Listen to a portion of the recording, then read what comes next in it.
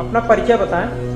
मैं अनिल कुमार पांडे नेचुरोपैथी योगा का स्टूडेंट रहा हूँ BHU साउथ कैंपस से, और post graduate diploma in naturopathy yoga राष्ट्रीय रंजन विश्वविद्यालय इलाहाबाद से। और वर्तमान में भी मैं इस क्षेत्र में लोगों को गाइडेंस और निर्देशन दे करके स्वास्थ्य के प्रति जागरूक कर रहा हूँ। आम जनमानस को क्या संदेश दे रहे हैं? देखिए, योग जो है ये तो प्राचीन काल से भी चला आ रहा है। हाँ, ऋषि मुनि हमारे योग करते थे, परंतु हमारे माननीय प्रधानमंत्री नरेंद्र मोदी जी द्वारा सन 2015 में राष्ट्रीय योग दिवस के रूप में मनाया गया, जिसको कि 144 दिवसों ने समर्थन दिया। और योग दिवस मनाने का मतलब ये है कि हम लोगों को स्वास्थ्य में जागरूक रखें, क्योंकि आज के दौर में जब तक मनुष्य मानसिक और शारीरिक रूप से स्वस्थ नहीं होगा तब तक वो चौमुखी विकास नहीं पाएगा। योग का मतलब ही होता है मानसिक और शारीरिक उन्नति करना। जब व्यक्ति अपने स्वास्थ्य में जागरूक रहेगा, स्वस्थ होगा, तो वो अपना जो है उन्नति स्वयं कर लेगा। तो आत्मा का परमात्मा से मिलन होता है। योगस्य कर्मस्य कौशलम, योगस्य कर्मस्य कौशलम मतलब कि जब आप योग से अपने आप को पूर्ण रूप से स्वस्थ रखेंगे तो आप जो भी काम करेंगे उसमें सफलता मिलेगी। इसलिए योग का बहुत विशेष महत्व है, और हम चाहते हैं कि हर आदमी योग करे ताकि वो बड़े बड़े दवाइयों से और एलोपैथ से बचा रहे हो और दीर्घायु प्राप्त करे। पर्यावरण को लेकर के भी योग का बहुत बड़ा योग है। पर्यावरण में योग का क्या महत्व? एकदम, पर्यावरण हमारा क्या है? योग पर्यावरण की ही उत्पत्ति है। जैसे हम सूर्य नमस्कार करते हैं तो हम सूर्य नमस्कार क्यों करते हैं? सूर्य क्या है? सूर्य पर्यावरण का एक प्रमुख घटक है। तो हम सूर्य को अर्पित करके हम जो योग करते हैं सूर्य नमस्कार, वो उनसे हमें ऊर्जा मिलती है।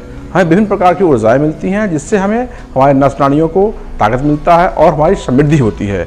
और पर्यावरण, ऑक्सीजन जैसा कि साइंस कहता है कि ऑक्सीजन देता कौन है, बनाता कौन है? पर्यावरण बनाता है। पर्यावरण में कौन? विशेष तौर से पौधे, पीपल के पौधे, नीम के पौधे, ये हमारे लिए महत्वपूर्ण हैं।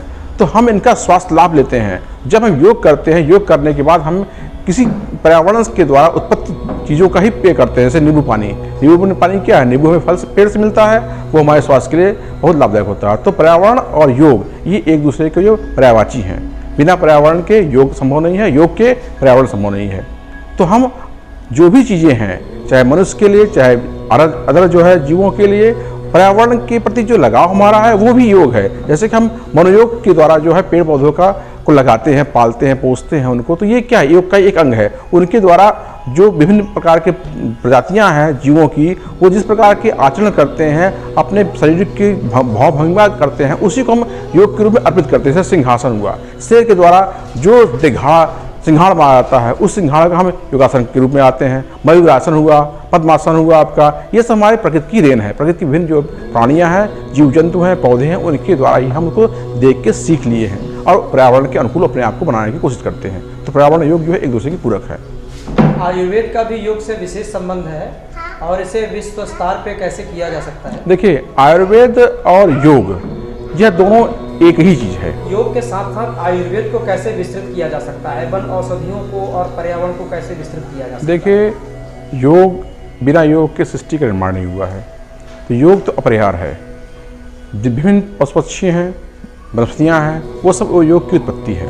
और आज के वर्तमान समय में हम एलोपैथ की तरफ भाग रहे हैं। एलोपैथ हमारे जो रोग है उसको निदान नहीं करता बल्कि दबाता है। आयुर्वेद में क्या है कि जो जड़ी बूटियाँ जैसे ब्राह्मी हुई, सनपुष्पी हुई, पुरनवा हुआ, आपका ये अश्वगंधा हुआ, शतावर हुआ, कालीहारी कंद हुआ, ये सब ऐसी औषधियाँ हैं जो जीवनदायिनी है।